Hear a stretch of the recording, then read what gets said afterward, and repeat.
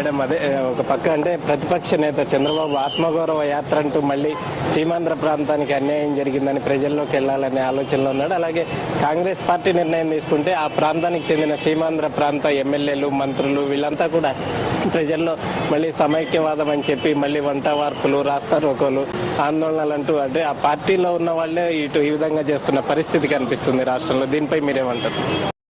ప్రజల్లో మళ్ళీ సమైక్యవాదం అని చెప్పి మళ్ళీ వంట వార్పులు, రాస్తారోకోలు, ఆందోళనలు అంటూ అంటే ఆ పార్టీలో ఉన్న వాళ్ళే ఇటు ఈ విధంగా చేస్తున్న పరిస్థితి కనిపిస్తుంది రాష్ట్రంలో. దీనిపై మీరేమంటారు?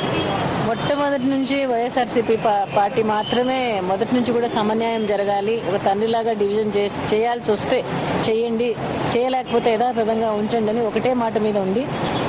ఈరోజు ఆ రోజు కన్నా ముఖ్యమంత్రి కానీ ఆ రోజున్న ఎమ్మెల్యేలు కాంగ్రెస్ పార్టీలో వాళ్ళందరూ ఆ రోజు మేము రిజైన్ చేస్తామని ఇంతకు ముందుసారి అట్లా అందరూ రిజైన్ చేశారు.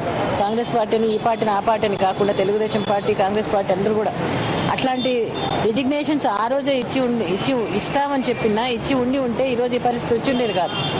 అదే ఈ డెసిషన్ వచ్చిన తర్వాత 10 రోజులు ముఖ్యమంత్రి మాట్లాడలేదు. అసలు వచ్చి ప్రజలకు సంజాయిషి చెప్పాల్సింది, ప్రజలను ప్రశ్నలు అడిగే పరిస్థితి కాంగ్రెస్ పార్టీకి ఉంది.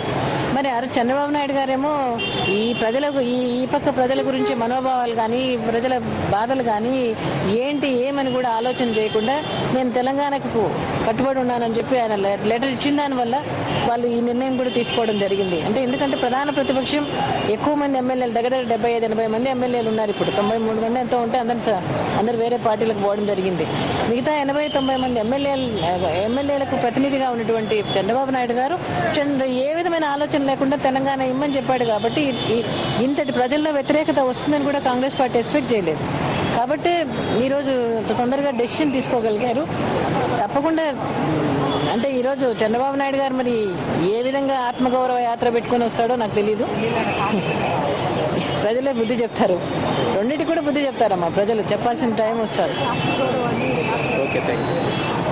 మొత్తానికి వైఎస్ఆర్ కాంగ్రెస్ పార్టీ కానీ అలాగే మొత్తం వైఎస్ విజయమ్మ గారు చేస్తున్న ఆమరణ నిరాహార దీక్ష శాంతియుతంగా జరుగుతుంది. ప్రజలు కూడా సంయమనంతో తమ డిమాండ్ని నెరవేర్చుకునేదాకా వ్యవహరించాల్సిన అవసరం ఉందని చెప్పి, సమన్యాయం జరిగేంత వరకు కేంద్ర ప్రభుత్వం ఈ నిర్ణయంపై పునరాలోచించాల్సిన అవసరం ఉందని చెప్పి విజయమ్మ గారు డిమాండ్ చేస్తున్నారు. అలాగే పార్టీ నేతలంతా కూడా ఒకే విషయం చాలా స్పష్టంగా చెప్తున్నారు. ప్రజలెవరూ ఆగ్రహావేశాలకు గురి కాకుండా శాంతియుతంగా ఉద్యమాన్ని ముందుకు తీసుకెళ్దామని చెప్పి చెప్తున్న పరిస్థితి కనిపిస్తుంది.